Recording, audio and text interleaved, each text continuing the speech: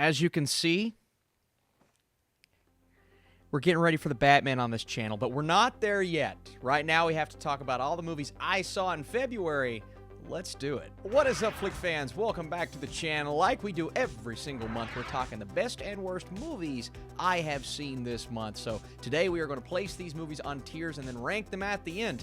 Now, I saw less movies in February than we're used to. It was a very slow month. Hopefully things pick back up in March. But if you're here and you like this series of videos, the best thing to do, drop that thumbs up down below. It tells me you like this video and it tells the algorithm you like it. That's nice. Also, there's more than a few movies I missed. Studio 666, I didn't watch the new Medea film, so recommend a movie to me in the comments down below, and just leave me your thoughts. How you doing today? And we're going to start with the brand new Kenneth Branagh film, that is Death on the Nile. This is one of those movies with a great cast. Couple cast members they wanted to hide in the marketing, but for the most part, they're really doing a good job of putting people together that we're going to either like or love to hate. So once we establish these characters at the beginning, the mystery kicks in, right? No, not really. The mystery doesn't kick in until around the hour and 20-minute mark, and that's the point when the movie got interesting for me.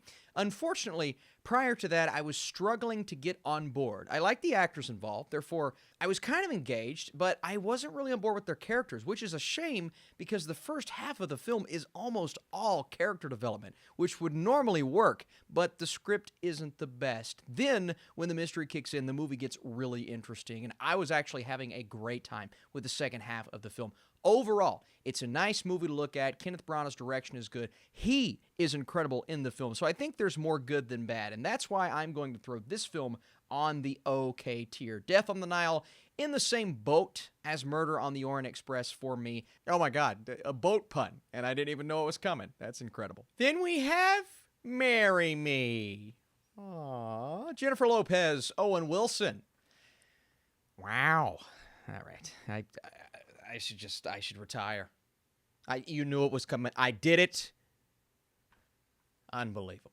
The movie itself, it's cute. It's exactly what I expected. Jennifer Lopez, she used to rock it, like crush it in this rom-com game back in the day, and she's returned, their first time, I believe, working together on screen. I like their chemistry. I think that was an issue for some people. Now, it's kind of like, let's show her performing some songs, have them last like 3 to 4 minutes apiece, and it takes up more of the film than it should have, and there are a lot of rom-com cliches in this movie, so that's going to bother some. But looking at it on its surface, I didn't think they would do as much with the characters as they actually did. Kind of the role reversal thing happening, and then you just have the idea of this guy making this crazy decision kind of for his daughter, but getting sucked into the entire thing, and both of them changing each other's outlook. So what can I say? It was sweet. It's not the best movie, but in terms of a sweet rom-com, it fits what it's trying to do for sure. Then we have Blacklight, the brand new Liam Neeson movie that fits right in that category of basically all of the other action movies. Let's look back on Taken and remember it for the good, as opposed to the many sequels and the many types of movies they've spawned. And they haven't all been bad, right? A movie like Cold Pursuit, I thoroughly enjoy. Blacklight, on the other hand, the movie is just not good. The plot is as cliche and predictable as a plot that I've seen in the action genre in quite some time. I mean, you can see every twist and turn coming, somebody betraying somebody and working for somebody who is going off and doing their own mission, but then they come back at the end, and I could spell out where it was going from start to finish. So in that way, I thought the writing was poor. The action scenes, they're choppy. They're just edited in a way you couldn't really get a lot out of it. You can tell Neeson is past his prime in terms of choreography, but I actually thought Liam Neeson was pretty good in the movie, right? He makes what could have been an awful movie better, but that equates to bad, unfortunately. Still like Liam Neeson, though. I'm holding out he does something better. Cyrano, not Cyrano, Cyrano. This is a movie that everybody's been talking about, right? I actually never put out an individual review on this channel, but I saw it way back in like November, so I have to log it on Letterboxd. Goodness, I'm very behind. Peter Dinklage is amazing. This is why he was getting Oscar talk. He is commanding the screen at all times. It's also a musical, so you have the musical numbers in there, and while the performances within the musical numbers are good, I'm not entirely sure if the musical numbers resonated with me in the way that they did with other people. And Joe Wright's direction in this movie, there's something about it that feels not quite as good as I needed it to be to elevate this movie to the next level. What elevates this film is, one, I think the story is genuinely sweet. A guy who has fallen for a girl, but he feels as if he is just not enough for her. So he's writing letters for this other guy.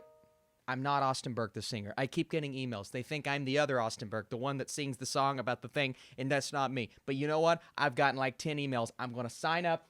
I'm going to sing. Here we go. Anyway, back to Cyrano. Essentially, he's falling in love with a girl. Someone else is. He poses as this other guy. You have a cute romantic story. That aspect worked. I thought the performances worked. Direction could have been better. The songs could have been better, but there are some nice moments in the film. All of that being said, I actually quite like this movie, maybe not as much as others. I don't know if it's in that Oscar category like some were saying, but it's a good film. Next up, maybe one of the most surprising movies I've seen in a while. It could be in my top 10 surprising movies of 2022 at the end of the year. It's Dog, starring Channing Tatum. This genre is always just full of cliches, and I'm like, Channing Tatum doing a movie like this, all of those things after seeing the trailer. But the film's actually quite sweet.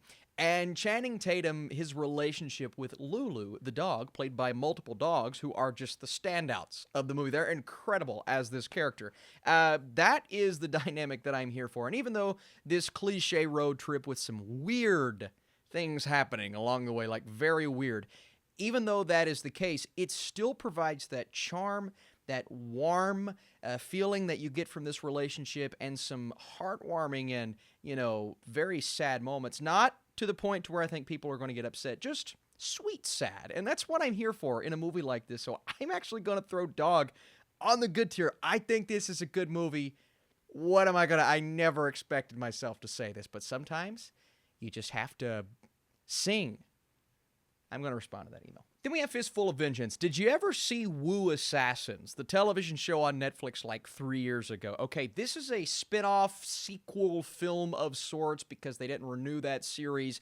You're taking most of the same characters and sending them on a mission, except making things a bit more fantastical. The film gets crazy at a point, and the visuals at times reminded me of the live-action Dragon Ball Z movies, so they weren't the best. There's some great choreography. And of course, when you have Iko Uwais, there's going to be some incredible fight scenes. The problem is the cinematography in this film, it takes away from those fight scenes. The camera's going everywhere. It's not this crazy choppy close-up action, but it's not filming it in a way that elevates it. It honestly takes away from what you can tell is great choreography. And Uwais is incredible, but the cast as a whole didn't quite work as well as they needed to. And the story is as conventional as it gets. I'm not going to say anymore. Fistful of Vengeance was a huge disappointment. I was actually really looking forward to this movie. It goes on the bad tier. Charlie Day, Jenny Slate, I Want You Back. This is an interesting and kind of clever twist on the rom-com. You have two people that just got out of relationships, and they're trying to interfere with the opposite person's ex to get them to get back with their original relationship. Does that make sense?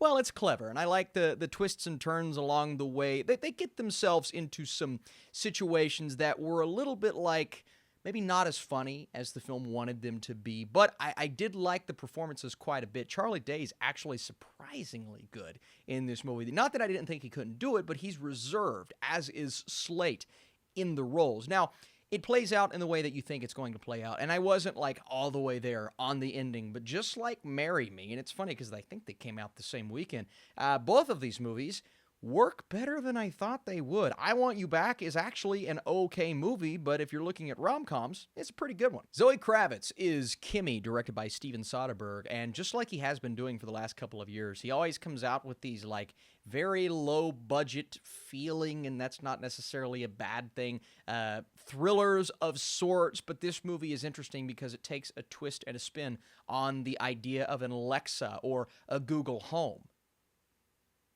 No, sorry. Hey, Google. There she is. Okay. Shut up. Kravitz is Angela. She works for Kimi, and she discovers something that she shouldn't have seen, so she tries to take this information out, but she has a fear of leaving her house, and this creates conflict. Now, I know a lot of people didn't love this film in terms of the more general audience. Critics did, of course, but it's one of those movies that I thoroughly enjoyed because it just feels so different from what we normally get in the genre, and the style even though it's different than what we're used to, it actually really worked for me. And Soderbergh's just attention to detail in this film. Now, the third act was more anticlimactic than I wanted it to be, and we didn't get a lot of information involving what she was doing.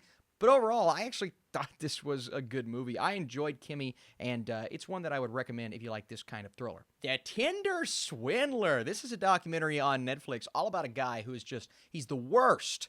He's the worst. But then you have a couple of women that took the bait and started sending this man money because they met him on Tinder, and what he does, guess what? He swindles. He swindles. I messed that up. He swindles on Tinder. I almost said Tindler. Oh, this is difficult. Oh, boy. But yeah, this is basically a very standard documentary with a lot of B-roll footage and interviews of the women talking about how they tried their best to take this man down because they discovered that he's been swindling all kinds of women thanks to Tinder. And I found it to be really fascinating. Look, I can't sit here and praise the filmmaking because we've seen documentaries like this 1,000 times. But with the doc, it all comes down to, okay, what is it handling? What's the material all about? And this Tinder Swindler, man, he's one fascinating guy. He should be in prison. He should be. And the movie explains kind of where this all goes. But I'm telling you right now, he's a bad dude. What's Stephen A. Smith say? He's a bad man. Woo, this movie makes me mad, but it's good, and that's why I'm putting it on the good tier. Wait, there we go. There it is. Next to Kimi. Tall Girl 2.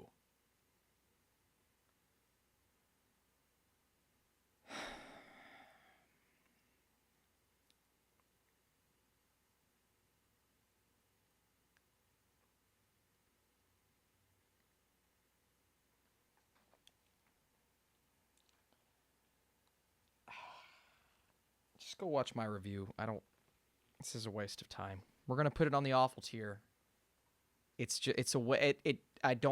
Why spend my time talking about it when I could talk about something else?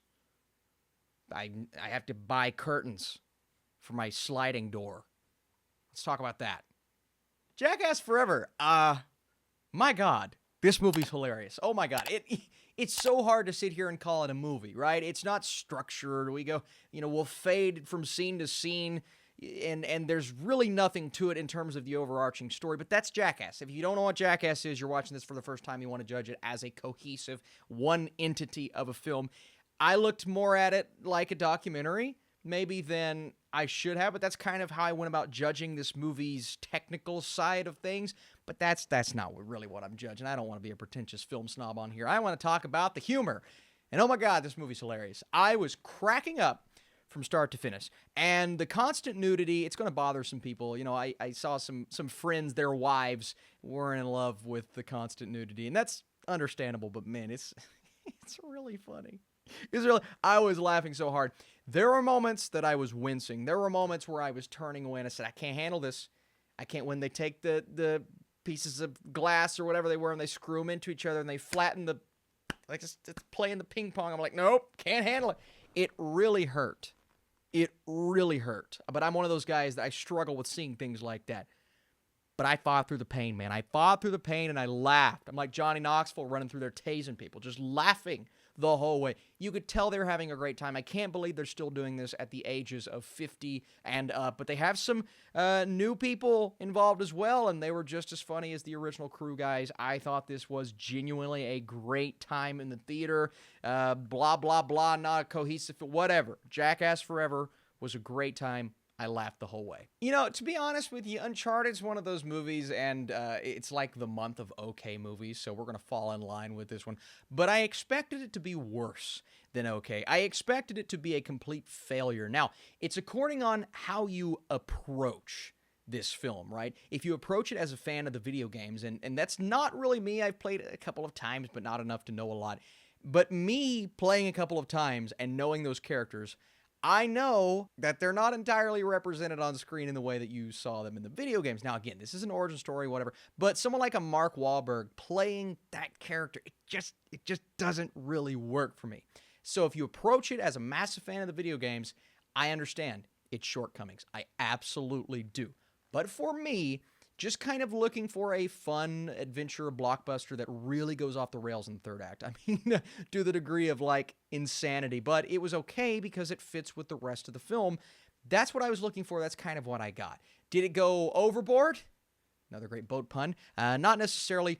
Did it do anything that I didn't expect it to do? Not at all. And again, it's really silly at times, but Tom Holland embraces the adventure type feeling. Mark Wahlberg is having fun with the character, even though he doesn't necessarily represent that character, and the story itself is fine.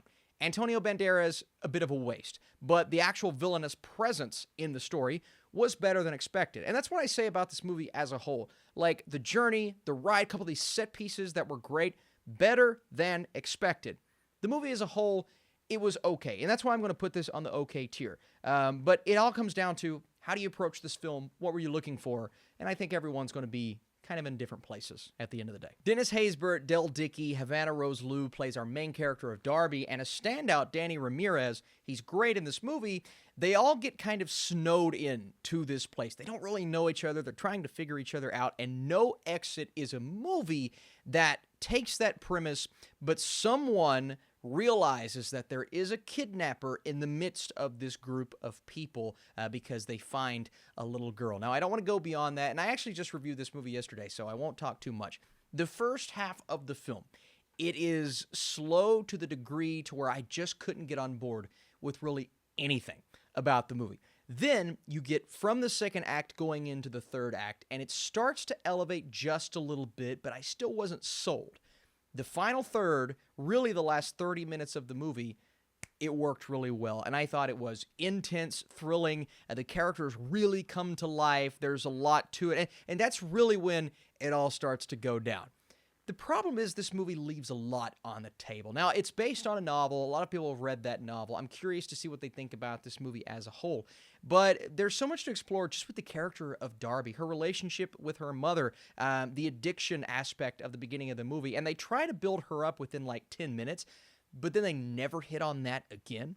And they just focus on the dialogue between these characters. And it didn't quite work with me. Now, again, I thought the movie ended on a high note. So that took it up just a little bit, but I can't say it completely worked. Again, my full review gives more detail, but I thought No Exit was just meh at the end of the day. Next up, we have a German movie on Netflix called The Privilege. Now, I was actually really excited about this because one of my favorite shows on Netflix, Dark, it kind of carried over a couple of those actors to become our leads in this German film, so that's exciting. It's a supernatural thriller. And then you have this premise. A wealthy teen and his friends attending an elite private school uncover a dark conspiracy while looking into a series of strange supernatural events. It sounds like it could be a horror thriller. Just give us compelling characters, unless you have a great film, right? Well, unfortunately, this movie kind of fell flat in almost every facet. The way that it goes with its characters is just plain weird. In the third act, they're in the most detrimental situation they've ever been in their lives, and then they decide to have a random sex scene. They're just like right in the middle of the movie. Let's do it.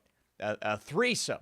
It's just getting a little weird for the kids, but it's the kind of film that just continues to make these weird decisions. Now, I like the CGI. The first 10 minutes are awesome. It establishes the backstory of our main character, kind of how that carries into his coming into his adulthood, still in teenage years, but and we get some great moments, like at their school, there's something tragic that happens. It's bloody, it's crazy, but the movie as a whole, it was just kind of a mess, and because it was a mess, I'm going to throw this film on the bad tier. It's one of those movies that I never have the will to watch again. David Blue Garcia directed Texas Chainsaw Massacre, bringing it back after like 50 years, and I'm talking within the movie. It's canon with the first film. Now, that's exciting, but there were a couple of factors that had me hesitating. The embargo lifts the day of release. There are some things, just some talk about the movie saying, well, it's not bringing anything new to the table, and if you have this film trying to revamp this franchise, but you don't bring anything new to the table, what was the point in the first place? I will say, okay, I think there are some fun moments in this movie, some gore-filled, bloody kills, and that's all some people are looking for. I talked to a critic in my Batman screening saying, yeah, I actually really enjoyed Texas Chainsaw Massacre, and they gave some compelling reasons as to why. I just couldn't vibe with the actual story itself. The script is a bit of a mess. The characters, they are not developed. The way that it goes is so utterly predictable. Again, there's entertainment to be had, but it's really hard for me to enjoy that side of the movie when you have characters making the dumbest decisions. I mean, the decision making in this movie, and sometimes it's okay if you have one or two characters in a horror movie. It's like, let's not get in the running car and go hide next to the chainsaws. That's the whatever commercial that is. But this film is full of those characters. Actually, I can't really think of a character that didn't make a stupid decision until the third act, when they needed to. It was convenient, it was in the script, and because of all of those things, most of it coming from the messy writing, I'm gonna say, unfortunately, Texas Chainsaw Massacre goes on the bad tier for me. It just couldn't overcome its script. All right, folks, now it's come time to rank these movies. Of course, at the bottom, Tall Girl, Too Tall, Too Furious. On the bad tier, at the bottom, it is The Privilege, actually closer to the awful tier than maybe I made it seem like. And then, unfortunately, Texas Chainsaw Massacre. Bloody and fun, but not a very good screenplay. We're going to keep Fistful of Vengeance right there. Blacklight, just a bit better. On the meh tier, of course, no exit. Now, here's where things start to get a bit interesting. I'm actually going to put the two rom-coms at the bottom. I liked Marry Me just a bit more than I Want You Back, which is why it's there. Psych, we're taking Death of the Nile and putting it below those two rom-coms. I just realized what I was doing. So that means Uncharted is actually at the top of the okay tier. Mark Wahlberg, congratulations. On the good tier, Dog, it's definitely nice that it's there. I am going to put it just barely at the bottom of that tier, though, followed by Cyrano. That's right, I found this Tinder Swindler documentary to be really interesting. Then on the good tier, we have a movie like Kimi, and that means, that's right, guys, the best movie that I saw in February, and one of my favorite movies of the year is Jackass Forever. Honestly, it wasn't the best month, right? We have a lot of good and okay movies, but not a lot of great and no awesomes. Now, the big question is, the next movie that I'm talking about on Monday is The Batman. What tier does that fall on? We'll find out Monday, of course, and find out on the next tier list next month. Hey guys, I've been thinking about maybe doing this for television shows. If that's something you're interested in, please let me know. Let me know if that's something you would check out and support, all of those things. But I appreciate you just watching this. Your comments, nonetheless, it means the world to me. Now we get ready for a big video on Monday and some other special Batman videos, ranking, spoiler reviews, all that good stuff. It's fun. I just went and bought a Catwoman pop figure. I'm feeling pretty good. All right, guys, thanks so much. I'll see you soon.